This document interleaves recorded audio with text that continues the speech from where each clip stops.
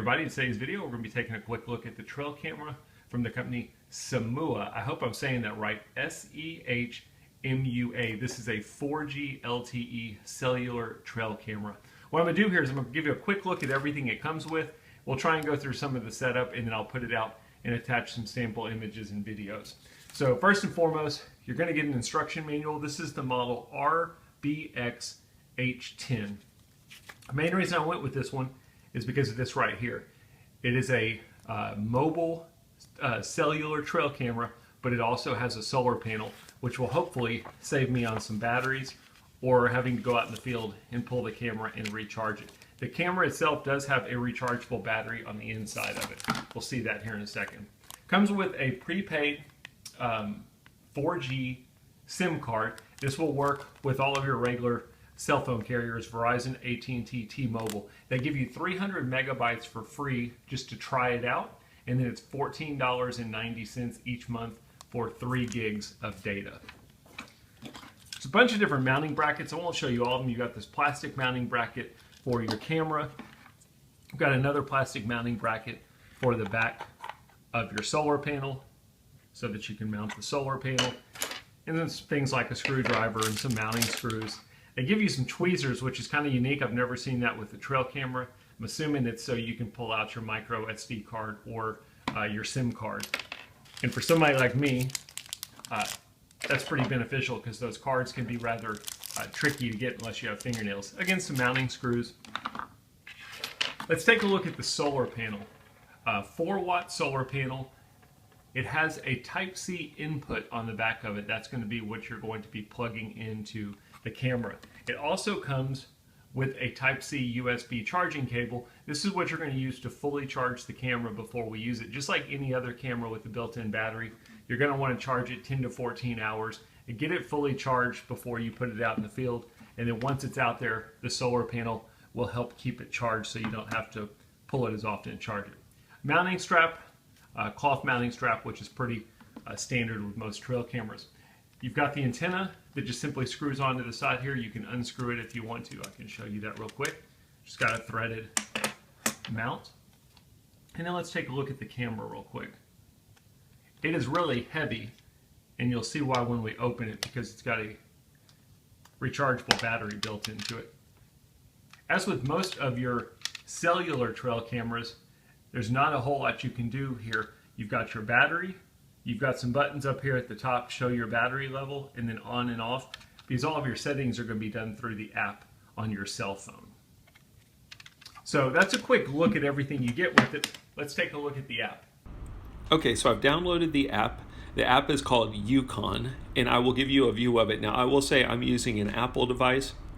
The app is available for Android as well, but it might look a little bit different on an Android device, I'm not sure. The app was very easy to use. I'm going to go ahead and go into it. The one thing I'll say about the app is when I tried to add my camera, I first tried to add it as a Wi-Fi camera, and it did not work.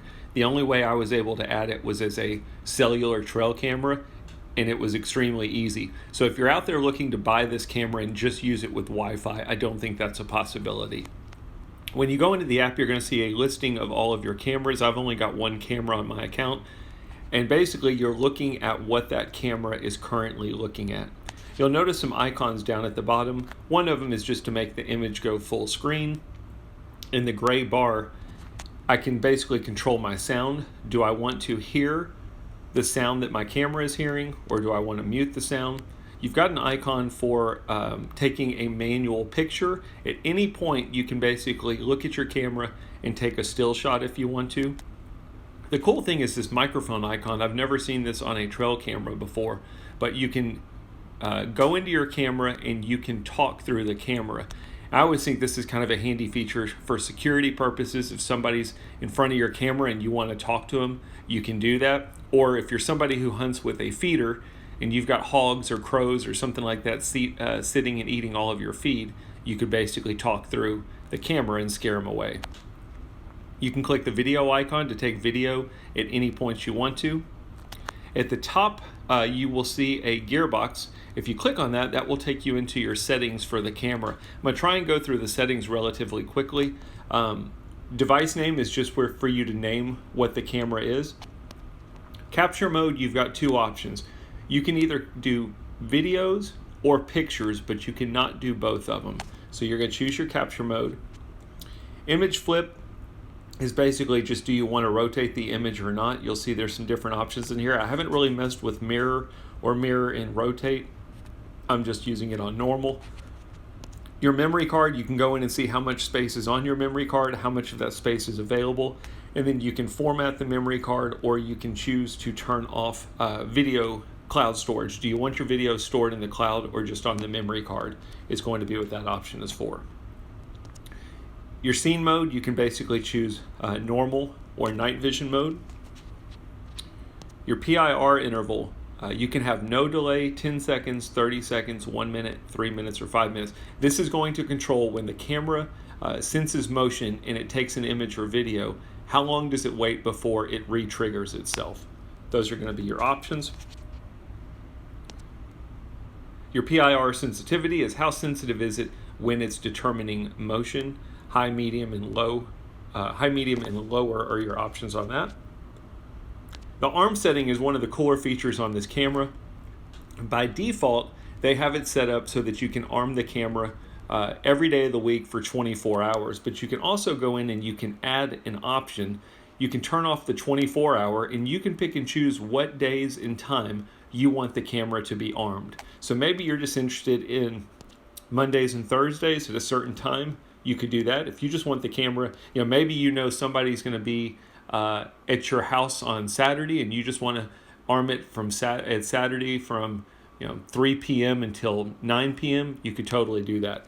It's kind of a nice setting, at least for preserving some cloud storage or something like that, so your camera's not triggering all day long. You can set as many arm settings as you want to, and then so if you just want the camera to work during the daytime on Mondays and nighttime on Wednesdays, you can totally do that.